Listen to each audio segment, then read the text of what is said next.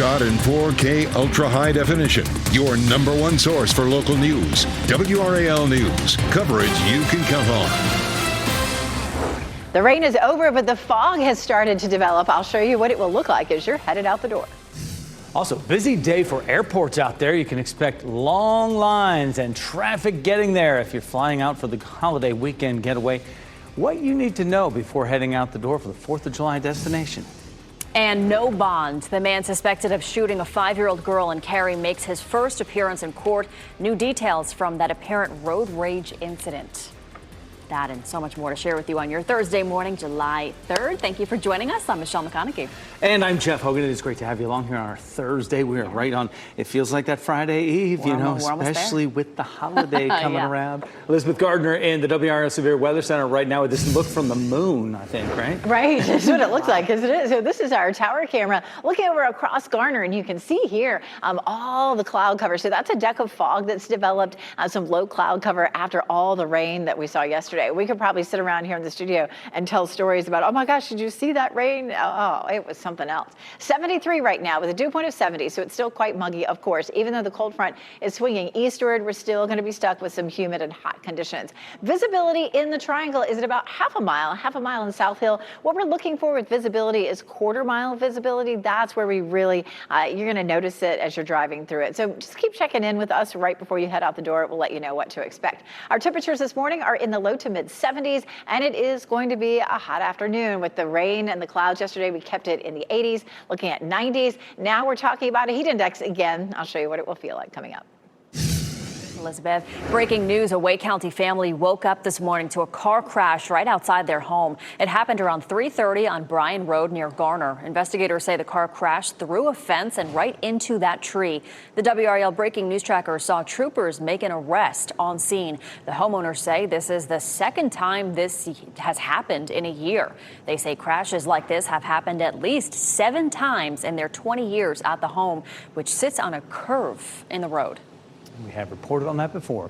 This morning, we are here to help you get ready for the long weekend ahead, whether you plan to take to the skies for a summer vacation or if you're trying to catch a fireworks show tonight right here at home. We have you covered. First off, we want to check in on the early morning travel, and WRAL's Kelsey Coffey is at RDU this morning. Kelsey, how are things looking so far? Hey, Jeff, good morning. RDU is already buzzing. We checked in with American Airlines. They say almost 600 of their flights will be taking off from here at RDU during this holiday travel period. So you can see folks checking in over there now.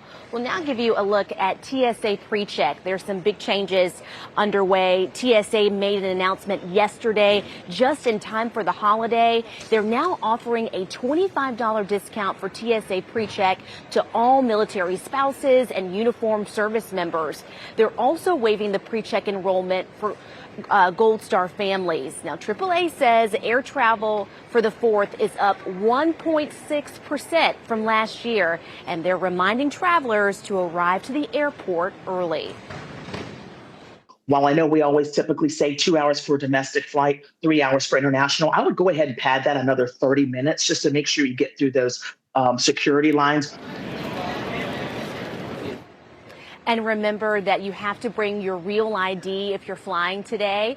And if you don't have one, you just may have to go through some additional screening, so no need to worry. You can also bring your passport instead or some other form of acceptable ID.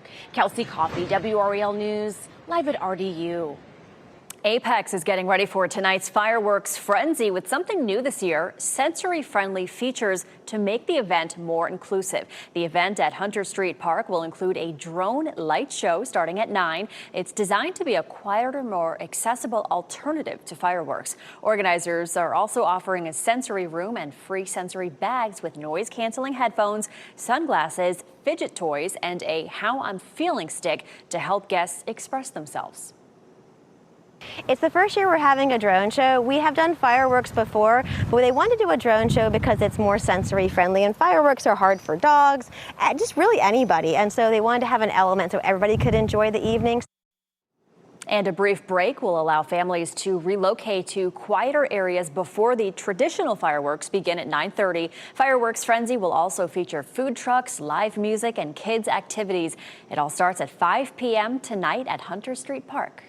And WRAL Out and About has a list of more than 24 local fireworks displays and Independence Day festivals. It includes Raleigh, Durham, Cary, Garner, and Clayton. Just search fireworks on WRAL.com. In the early morning hours, the U.S. House took a major step towards advancing President Donald Trump's federal spending plan.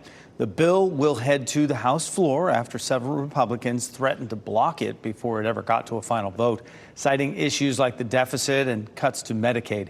Enough of the holdouts, though, backed down this morning to approve the advancement vote. GOP leaders now say they have enough votes for final passage, and the next vote could come as early as this morning. No bond for the man accused of shooting a 5-year-old girl in what's being called an act of road rage. Charles Stevenson Jr. appeared before a judge for the first time yesterday. He's charged with shooting into an occupied property.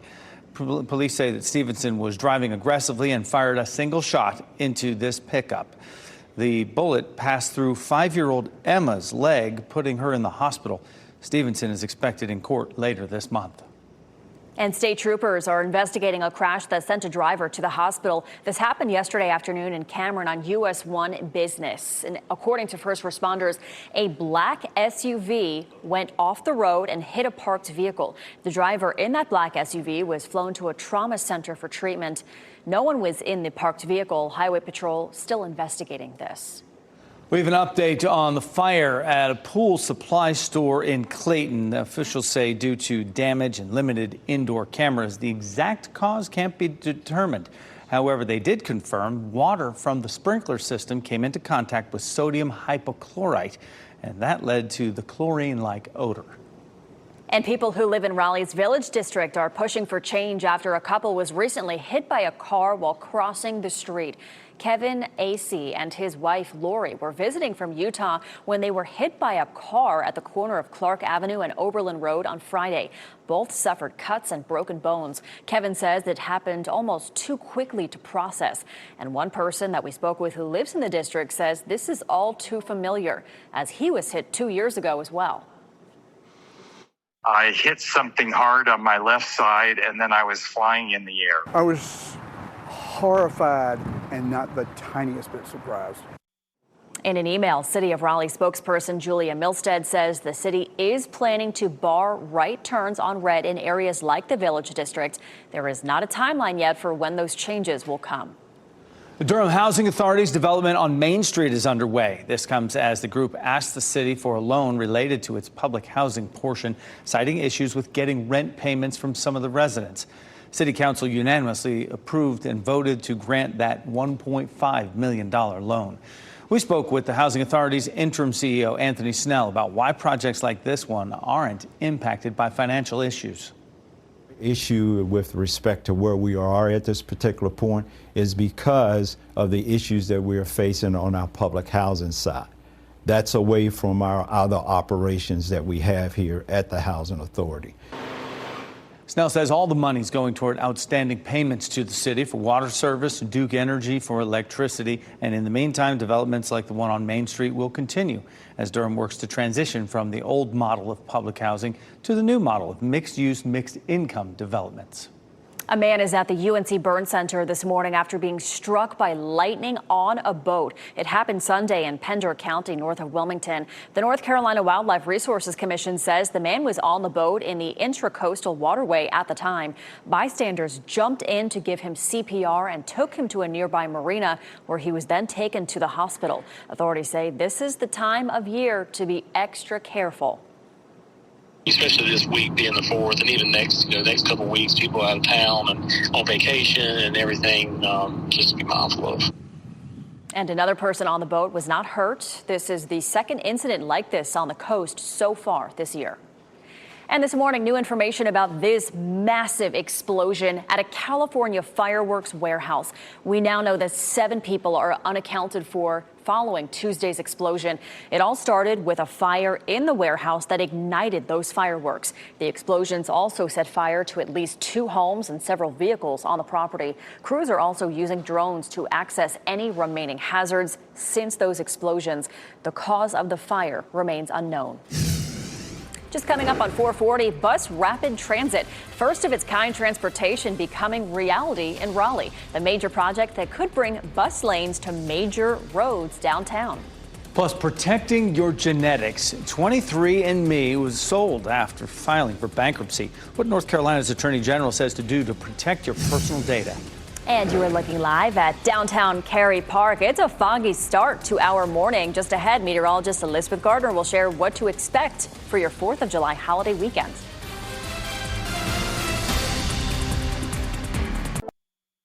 From the WRAL Severe Weather Center, North Carolina's most experienced team of meteorologists. 443, taking a live look across our area with Wilson, Durham, and Fayetteville. From these cameras, everything looks pretty much okay, but all that rain last night has left a lot of lingering moisture, so there is fog in a few places. Our temperatures are in the low to mid 70s, 73 in Wilson and Durham, and 74 in Fayetteville as you're heading out the door. Visibility is down to a half a mile in the Triangle, and it's above that everywhere else. Quarter mile would be fog, and so we do have a lot of cloud cover, a lot of low cloud cover, and there is likely to be some patchy fog, especially in low-lying areas. We don't have a 0 chance for rain today. It's a 20% chance right around the time of the evening commute. So a couple of folks could see some rain, but it won't be anything like we saw yesterday where we had just those huge downpours. It's going to be a good day to head to the pool because temperatures will be hot. We'll see highs in the low 90s. Coming up, we'll talk about the heat index as we get through the holiday weekend. A first-of-its-kind transportation project in Raleigh is one step closer to reality. City leaders awarded a $28.6 million contract for Part 1 of the Bus Rapid Transit Project. The whole project will add dedicated bus lanes and stations along New Bern Avenue from the downtown core to Sunnybrook Road. Phase 1 focuses on construction from downtown Raleigh to Pool Road. It really focuses on the horizontal roadway work and the underground utility work that needs to happen to set up for the vertical stations that will come in the future, as well as some of the other activities in the future. Project leaders say construction should not impact access to driveways or businesses. Work is expected to start this fall. The Trump administration is withholding $169 million from North Carolina public schools. That's pending a review. The administration said it had concerns in other states about immigrant advocacy groups and others receiving funds. It's not clear whether funds will be cut after the review. The Trump administration has already canceled hundreds of millions of dollars in grants nationwide for teacher training and student mental health. You can read more about it on our website, WRAL.com. The fight over the future of the Consumer Product Safety Commission is headed to the U.S. Supreme Court. CPSC is responsible for identifying defective or harmful products and protecting Americans through recalls and warnings. The Trump administration fired 3 Democratic commissioners with the agency without cause earlier this year. Lower courts reinstated the commissioners, so the administration asked the Supreme Court to take up the case. The outcome is likely to affect whether the agency is dismantled and its functions moved to the Department of Health and Human Services or whether it remains an independent federal agency.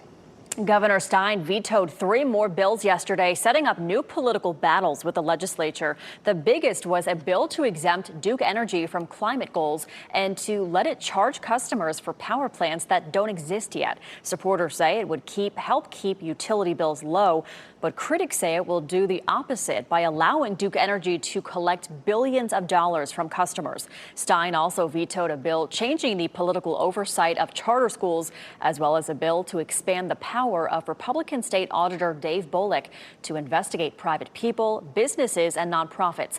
There are more details on WRAL.com. 23andMe customers will stay in control of their genetic data. The genetic testing company recently filed for bankruptcy, and there have been concerns about what will happen to extremely sensitive DNA data collected from customers. A nonprofit owned by 23andMe's original founder got approval this week to purchase that data. North Carolina Attorney General Jeff Jackson says as part of the sale, customers will retain the right to request their data be deleted whenever they choose. There is a new resource to help keep people out of prison after they have served their time. It's called the Recidivism Reduction Educational Program and Services Organization.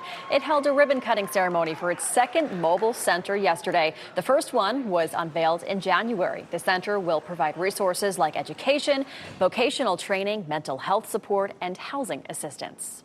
A world of difference for people, right? Because not only are we empowering them when we show up in their community and invite them on our nice center, right, and treat them like they are human beings, but when we provide them with a service that is life-changing, it makes a world of a difference. And the organization says it has already helped more than 3,000 people, which is absolutely incredible. Something else incredible, the weather for our 4th of July holiday weekend. That's looking nice. But right now, we're also talking about the fog. Yeah, so we had so much rain yesterday. You know, we're going to talk about how much that was coming up. But because of all that moisture, we do have the potential for some dense fog. We're not seeing the visibility down to a quarter of a mile just yet. That's what we would consider fog. But you can see this big deck of low cloud. So even if you're not seeing fog, we are seeing low cloud cover. Now, what's the difference? Fog means that the cloud is on the ground and you're driving through the cloud. And so, you know, it looks foggy. So low clouds are just above the ground and you're driving underneath it and you can see okay, but it's definitely cloudy out. 73 right now with a dew point of 70. So it's another warm and sticky start this morning. The visibility, of course, about half a mile in Durham and Raleigh, but we would consider quarter mile visibility to be fog. So we'll keep our eye on it. It's a great morning to double check with us right before you head out the door because with fog, it's a very rapidly changing situation. It develops quickly and it dissipates quickly. Highs will be in the 90s today, but low 90s, 92 Raleigh, 91 Durham, 93 in Fayetteville. Hopefully you can get a chance to get outside and enjoy it. This is a look at our muggy meter. Still pretty sticky today. It drops off a little bit on Friday and Saturday, but then by Monday it jumps back up again. We get into a slightly better chance of rain again. Now, this is a really great thing. Look at this. We're going to keep the heat index below the triple digits. We're close to it today at 99. It'll feel like 97 on Friday and 99 on Monday, but still very hot out there. It's going to be a great time to head to the pool. But fireworks forecasts are looking great. This is a look at what you'll see at 9 o'clock tonight. 79 Wake Forest and Apex, 79 Garner, 80 in Smithfield, 81 degrees in Cary. We have a very small 20% chance of some thunderstorms out there, but it's not enough that I would bother to change the plans. So after that, Friday and Saturday also look really great for fireworks. And again, the temperatures are, going to be what they're going to be. It actually cools down Saturday and Sunday morning into the upper 60s, which is kind of a rare treat for this time of year. And if you're about to head to the beaches, we're going to take a look at the forecast and the potential tropical system. We had a rare June, so we're due some rare air, all right, in July. New first aid capabilities, new tools and training for Apex Fire. How they'll be better prepared to help with injuries without EMS.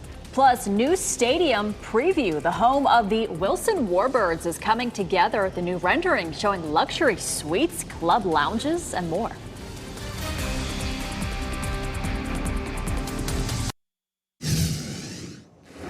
Breaking news we're following right now. A power outage near Raleigh's Village District is affecting hundreds of homes and businesses in that area. Ali Kadlubar just got there in the WRAL Breaking News Tracker. And Ali, a downed tree is what caused this. Is that right? Yes, and you can actually see that downed tree, and we want to point your attention to it. This is a very dark street, of course, right now without power. That downed tree, it hit that street light. You can see those yellow flashing lights blinking on the ground. You can also see what appears possibly a crew inspecting what power lines it took down, just the damage it did. As you said, about 1,000 customers are without power. And also, it says the estimated restoration time about 6:30. We actually saw some residents at an apartment complex nearby that they said that they are one of the ones affected without power. Now, a big factor as well this morning is going to be this intersection, Bellwood Drive and Clark Avenue. And it also fades into Smallwood Drive. So we've seen about a half dozen drivers already have to turn around. So just want to be cautious of that if that impacts your morning commute. We're going to be out here throughout the morning tracking and giving you guys the latest updates. Reporting in Raleigh, Ali Kadlubar, WRAL News. And the city of Durham is working to keep bicyclists safe. They added new green paint and markings on the roads. It's on Main Street between 9th Street and Buchanan Boulevard. City leaders say they are waiting for the Department of Transportation to lower the speed limit to 25 miles per hour in this area. They plan to add vertical posts on the side of the road next year. The Apex Fire Department received a new CPR and first aid training kit. The kits will help them make hands-on CPR and first aid training more accessible to the community. It'll help them respond more effectively in the event of an emergency as well. In Zebulon, the Carolina Mudcats are making the most of the time they have left. A reminder, the Mudcats are moving to Wilson, where they'll become the Warbirds. For the first time in a decade, Muddy's four-wheeler is returning. It's part of the America Fireworks Extravaganza happening tonight. Muddy the Mudcat will bring back his famous four-wheeler to Five County Stadium for the biggest fireworks show of the year. Meanwhile, exciting things are happening in downtown Wilson. The Wilson Warbirds Baseball Park is coming along. They just released these new renderings of the state-of-the-art stadium. It's a first look at the picnic area, the club lounges, and luxury suites. The ballpark is expected to open in April of next year. Looks beautiful. 4th of July fun, where you can go to enjoy the fireworks tonight, and the one event that's giving a show for sensory-sensitive people as well. And moving forward, Raleigh's bus rapid transit project is getting closer to becoming a reality. The new work that's being given the green light. And we'll keep following this breaking news. A downed tree near Raleigh's Village District is knocking out power to hundreds of people and businesses there. What do we know about the effort to get that situation repaired?